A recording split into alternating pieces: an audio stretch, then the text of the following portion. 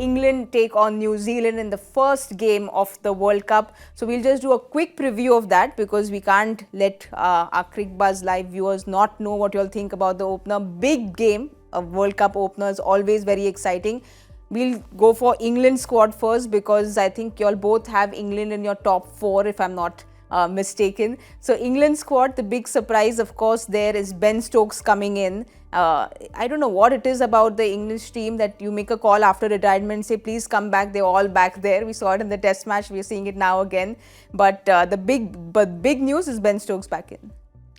Look, there are good players, there are great players, and there are legacy players, people who will be remembered for the test of time. And I think Ben Stokes is that for England.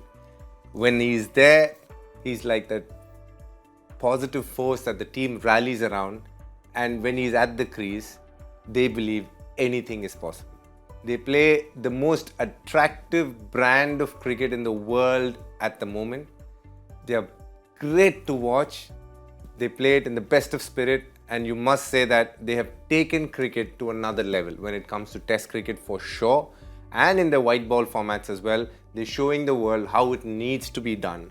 And it's just not the international cricket team. I think it trickles down to their systems as well, where the message has gone that, we want you to play a certain way. And it's seen in the cricket and the kind of cricketers that they're producing. And this English team, if at all on paper can compete with the Indian team, it is this English team because they have players who are match winners right from the start. Yes, Ben Stokes is a big name and you can see right in the middle of batters he is there. But also a massive name that was just thrown in a week after they announced their provisional squad was Harry Brook.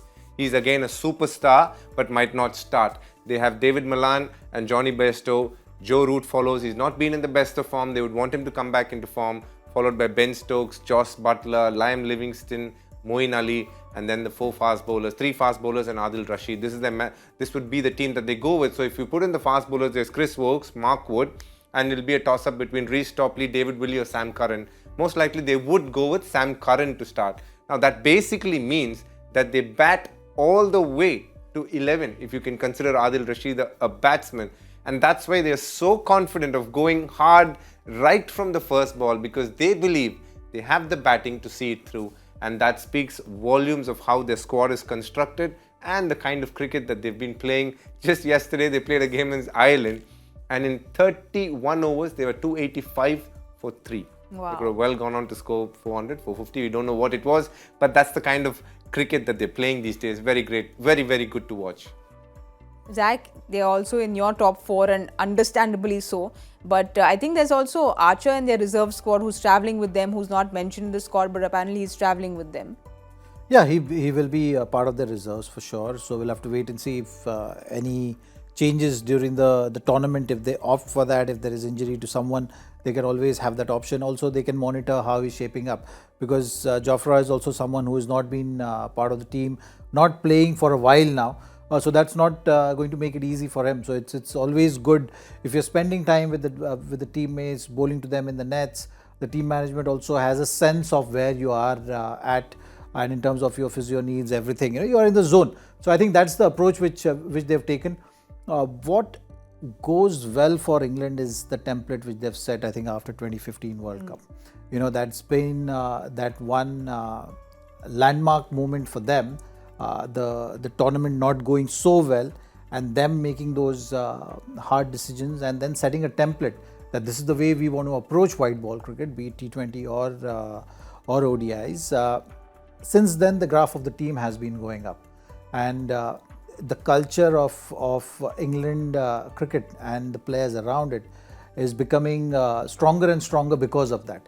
I think it's just the thought process which all the players are following, and it's just reaping rewards at this level. You see that that players are batting with that fearless mindset, and you are setting those targets which are not yet seen in today's day and age. So if you have that kind of approach, if you set 400 as a target, then only you will think of or find ways of achieving that. So those are the things which they are doing, which is working for them.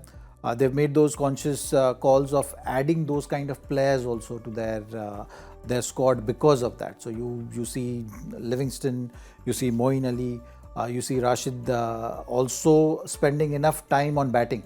So that has been their priority.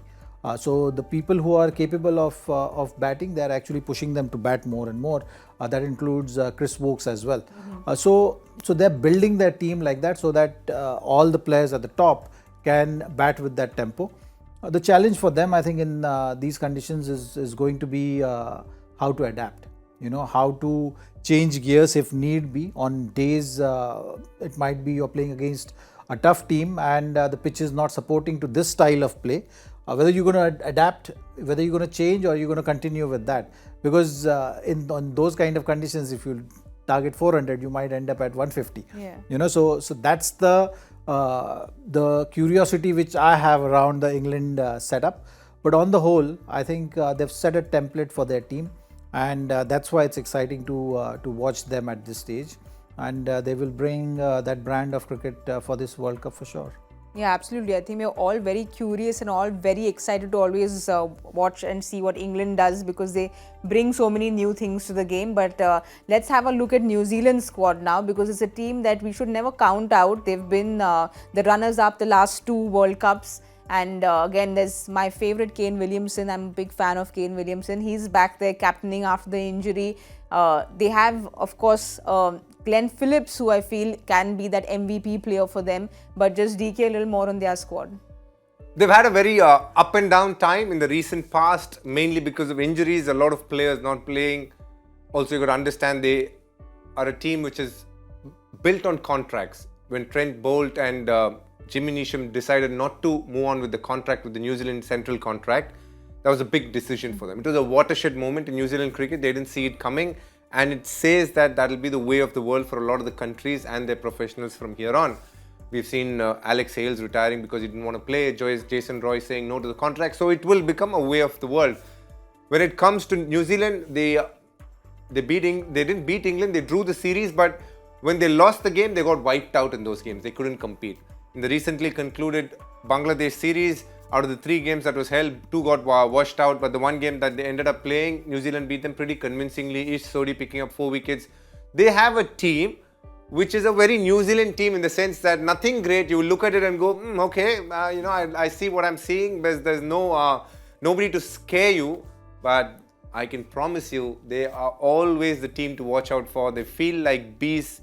They have a way of trying to play as a unit and put enough pressure. You can pretty much pick out the 11. It will be Devon Conway and Will Young to open, followed by Kane Williamson. At 4, it will be at this point of time, at 4 it will be Daryl Mitchell at 4. At 5 will be Latham. At 6 will be Glenn Phillips. And then they have Mitchell Santner and the 4 bowlers. What they need to do is figure out whether they need to play Jimmy Neesham or Rachin Ravindra. Now, Jimmy Neesham is a fast bowling all-rounder. We all know what he is. But Rachin Ravindra is a new kid on the block. He bats left-handers, has got runs for them, but most importantly, he bowls left-arm spin and was effective in England, which tells me that he has a great chance to play here as well. Though I think the first match they will go with Jimmy Neesham. They have a stock standard bowling attack if Saudi is available, but because he got injured in his thumb, he wouldn't be available for the first few games. So it will be Boult, Lockie Ferguson and Matt Henry to start. And again, the big question is, how do they fit in 3 spinners? You have a feeling that Ish Sodhi will play. Is it Mitchell Santner will play? So they have a combination where they have everything, but it's about putting it together, and they're generally very good in multi-nation tournaments. They've been really consistent. They're constant semi-finalists and finalists, be it the 50 over or the 20 over World Cup. A team that goes very unspoken about, but punch way above their weight and very consistent at that too.